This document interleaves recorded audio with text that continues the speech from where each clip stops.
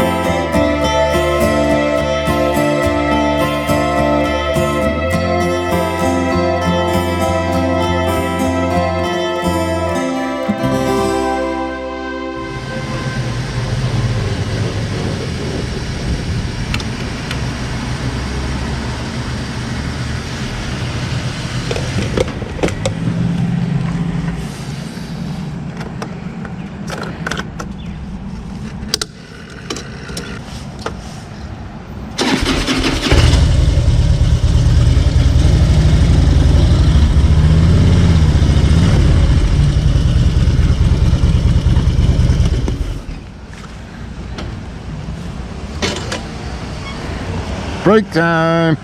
Alright, so I left my house this morning at about 7 o'clock. It is now 1 o'clock. We're in Ludlow, Vermont.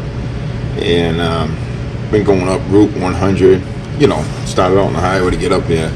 And then I took Route 100 coming into Vermont. But I still got about halfway to go up to Stowe. Or somewhat. I think it's about 2 hours out. Maybe the views will change. Maybe I'll get a view. We'll see.